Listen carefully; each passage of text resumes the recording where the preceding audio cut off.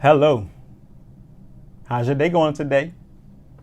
It's Leon Bell Jr. We're at day 6 of our new beginning, and I pray you're doing well and having a great day as we journey through this 8th month of our new beginning. If you don't mind, I want you to take a moment to reflect on when you were in elementary school and you were in the 5th grade or maybe the 6th grade and preparing to go to middle school. And for some of us, middle school meant going to a bigger campus, more people, making new friends.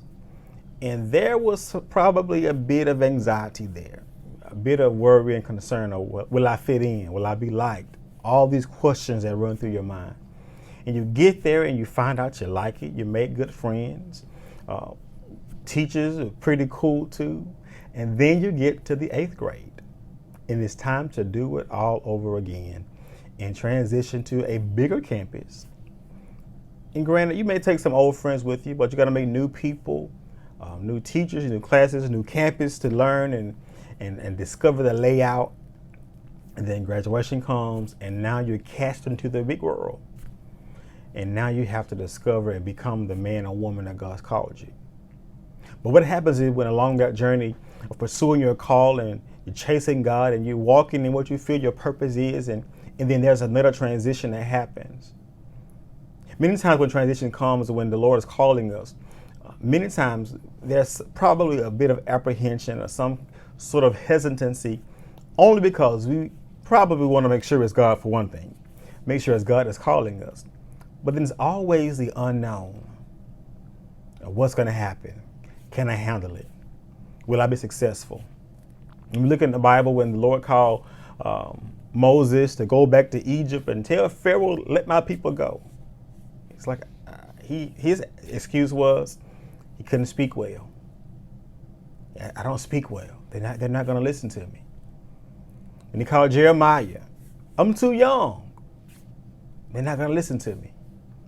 And even when we get to Acts chapter 9, when the Lord called Ananias to go see about Saul at the time, to go see about Saul. So it's like, Ananias was like, you know who he is? The easiest thing to do in life is make excuses for what God's called us to do. But one thing I've discovered, one thing I've learned is that whenever there's a God assignment in my life, it requires God to go do it with me. It requires me partnering with Holy Spirit and really agreeing to do what God called me to do.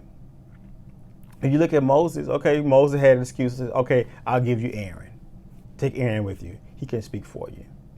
When Jeremiah's excuse, he said, okay, he touched his mouth and said, I have put my words in your mouth. Don't say that you are young. Don't look at their faces. Don't be afraid of their faces. And even with Ananias, he assured Ananias that Saul's future is locked in your obedience. I've called him and you need to go see about him. So we have these excuses, but the Lord, at the end of the day, the Lord has already made all provisions and has already answered all of our excuses.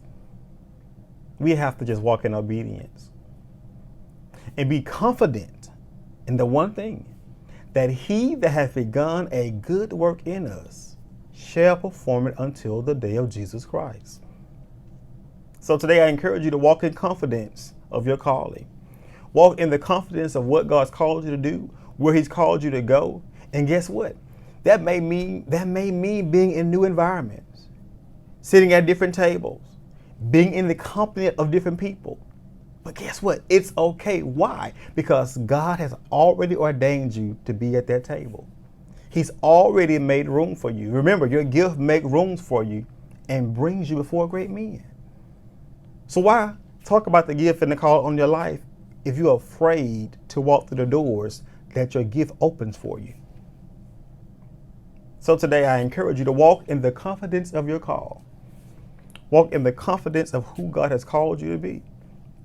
Because if you have the gift, when the door opens, you shall walk boldly through it. Be encouraged today. Be refreshed today. God bless you.